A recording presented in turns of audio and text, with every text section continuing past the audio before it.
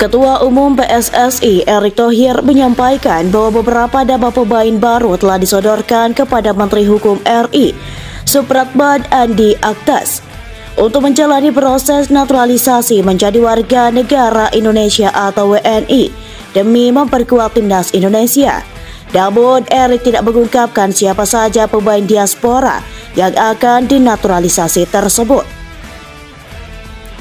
Kami juga menyampaikan beberapa nama baru sekaligus mengkonsultasikan agar bisa menjalani proses pengambilan sumpah sebagai WNI untuk memperkuat timnas Indonesia, ujar Erick Thohir saat bertemu dengan Menteri Hukum, dikutip dari Instagram pribadinya pada Senin 4 Agustus. Timnas Indonesia terus memperkuat skuad dengan melakukan naturalisasi pemain keturunan jelang putaran keempat kualifikasi Piala Dunia 2026. Timnas Indonesia akan bersaing di putaran keempat dengan menghadapi dua tim kuat, yaitu Irak dan Arab Saudi. Hanya tim juara yang berhak mendapatkan tiket langsung ke Piala Dunia 2026. Sementara runner-up akan melaju ke babak playoff interkontinental. Menghadapi persaingan berarti penambahan kekuatan skuad timnas Indonesia sangat diperlukan. Salah satunya dengan naturalisasi pemain keturunan. Rupanya ada 3 pemain yang kini jadi radar naturalisasi timnas Indonesia, yaitu Mauro Silstra, Jero Ridwald, dan Miliano Jonathan.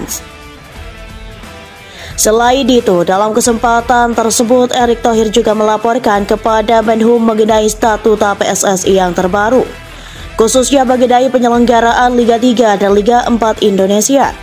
Liga 4 akan diselenggarakan di level kabupaten dan kota untuk memperebutkan piala bupati atau wali kota. Kemudian Liga 3 akan digelar di level provinsi untuk memperebutkan piala gubernur. Sedangkan pada level nasional akan memperebutkan piala presiden, kata Erick. Masih ada kesempatan bergabung. Masalah proses calon pemain naturalisasi baru Jero Ridwald terbongkar, berikut faktanya. Jero Ridwald merupakan salah satu pemain keturunan yang terbuka untuk menjadi calon pemain naturalisasi baru. Punya darah keturunan Indonesia, Jero Ridwald bahkan telah memasang bendera Indonesia pada profil Instagramnya @jeridwald. Meski begitu, hingga saat ini kabar proses naturalisasi calon pemain naturalisasi baru timnas Indonesia ini hilang tanpa kabar. Simak permasalahannya di bawah ini. Darah keturunan Jero Ridwald di Indonesia. Sebagai seorang pemain keturunan, Jero Ridwald ternyata tidak hanya memiliki darah Indonesia saja. Calon pemain naturalisasi baru ini juga memiliki darah keturunan Suriname, Indonesia, dan Belanda. Ayah dari calon pemain naturalisasi baru ini memiliki darah Suriname, sedangkan ibunya memiliki darah Indonesia dan Belanda. Ibu dari calon pemain naturalisasi baru ini memiliki darah Ambon, Maluku yang berasal dari neneknya. Apa masalah proses naturalisasi Jero Ridwald? Hingga saat ini, masalah proses naturalisasi Jero Ridwald sudah jarang tersorot oleh publik sepak bola Indonesia. Namun, proses naturalisasi ini untuk calon pemain naturalisasi baru ini telah PSSI jalankan sejak Januari 2025 lalu. Lewat pernyataan Exco PSSI Arya Sinulinga yang dilansir lewat halaman resmi @infobolaindonesia01 di Instagram, proses naturalisasi Jero ternyata lebih berat dari Martin Paes. Kami sangat ingin Jero bergabung ke timnas Indonesia, tapi secara administrasi memang lebih berat dari Paes, ungkap Arya Sinulinga.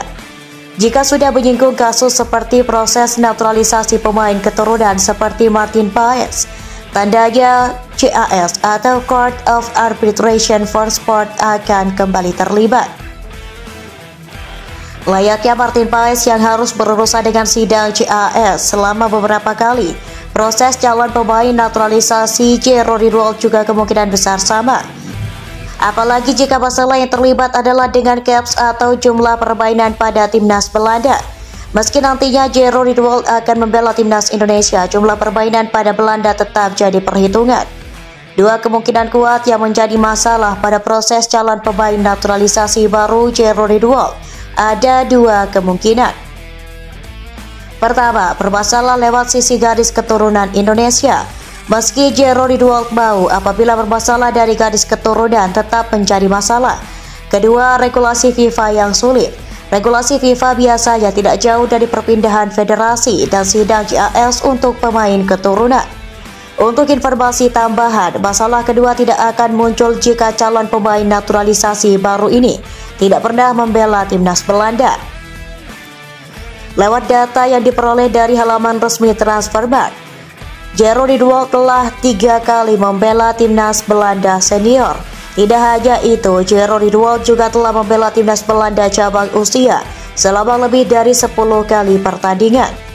Pemain keturunan Indonesia ini telah membela timnas Belanda U17 sebanyak 10 kali pertandingan dan timnas Belanda U19 sebanyak 14 kali pertandingan dengan caps untuk timnas Belanda sebanyak data di atas. Tidak heran JAS menjadi urusan dalam proses calon pemain naturalisasi Jerody Duol ini. Meski permasalahan-permasalahan tersebut tidak mudah untuk menemukan penyelesaian, Jerody Duol masih berpeluang membela timnas Indonesia.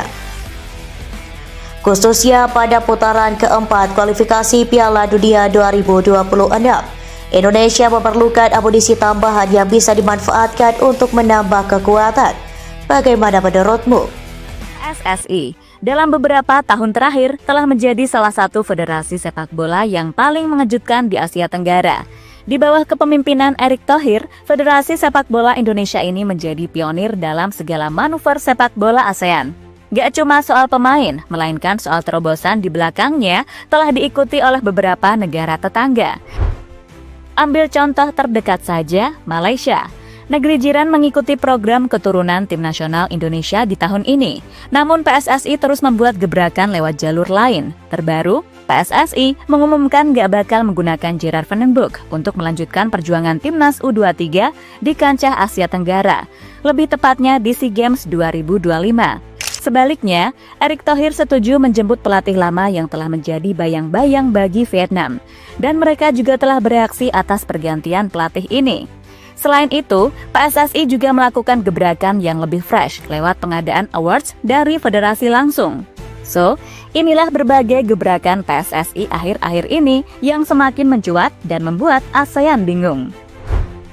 Erick Thohir di PSSI seperti seorang pesulap khusus untuk timnas Indonesia, fokusnya condong ke timnas, dan timnas.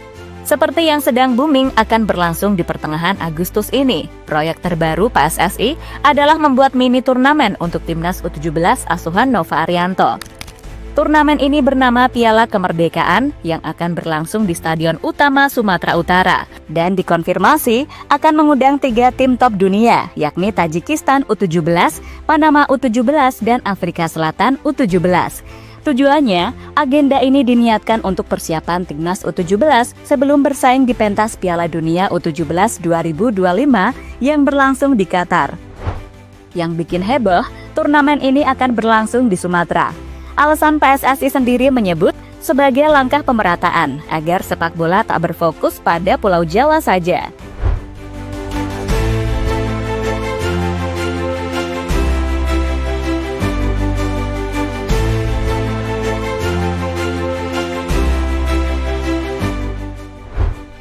Nah, selain itu, kalau kita bicara soal manuver besar-besaran di balik layar timnas Indonesia, maka tak lengkap rasanya kalau kita tidak menyinggung keputusan yang cukup mengejutkan, atau mungkin lebih tepatnya disebut strategi dari Erick Thohir dan jajaran PSSI terhadap posisi kursi pelatih timnas U23. Di mana saat baru saja membawa Garuda Muda meraih status runner-up di ajang AFF U23 2025, dengan perjuangan berdarah-darah dan duel final panas melawan Vietnam, Gerard Van den Bosch justru tidak dilanjutkan untuk mendampingi timnas di SEA Games 2025. Sontak, kabar ini bikin netizen bengong. Bahkan media Vietnam seperti Soha.vn langsung mengangkatnya sebagai headline. Mereka bingung, kaget, bahkan heran. Bagaimana bisa pelatih yang baru saja menggertak mereka tiba-tiba tidak dilanjutkan? Tapi tentu bukan tanpa alasan, federasi punya agenda yang jauh lebih besar. Iya, SEA Games itu penting. Tapi kualifikasi Piala Asia U23 itu jauh lebih strategis.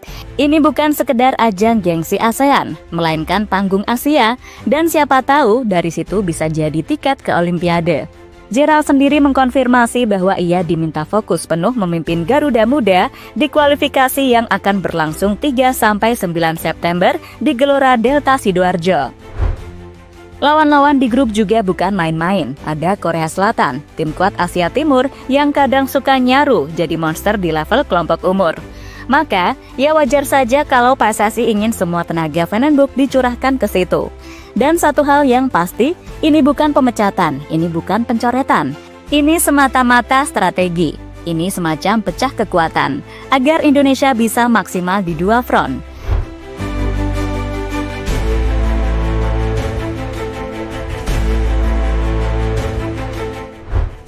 Dan ketika satu pintu ditutup, pintu lain terbuka. Muncullah nama Indra Syafri, pelatih yang sudah seperti mantra pematah dominasi Vietnam. Kita masih ingat betul 2023 silam saat semua mata menatap Hanoi dan ramalan mulai bicara soal kekuatan mutlak Vietnam U23. Boom, Indra Syafri hadir di semifinal SEA Games dan menggulingkan sang tuan rumah dengan gaya khas, kalem tapi menang. Maka tak heran kalau nama ini sekarang mencuat kembali. Belum diumumkan resmi memang, tapi angin sudah bertiup ke arah sana. Dan jika ini benar terjadi, Vietnam jelas akan gelisah karena sejatinya bukan cuma pemain yang bisa jadi senjata, tapi pelatih pun bisa jadi simbol perlawanan. Apalagi Indra punya chemistry dengan generasi emas ini. Banyak dari pemain U23 yang kini aktif merupakan binaannya dari Elite Pro Academy dan skuad U19 yang dulu sempat dia poles. Bayangkan jika chemistry lama itu disulap kembali dalam satu kerangka SEA Games. Vietnam boleh menang di AFF, tapi SEA Games punya sejarah berbeda, dan sejarah itu sebagian besar ditulis oleh Indra Syafri.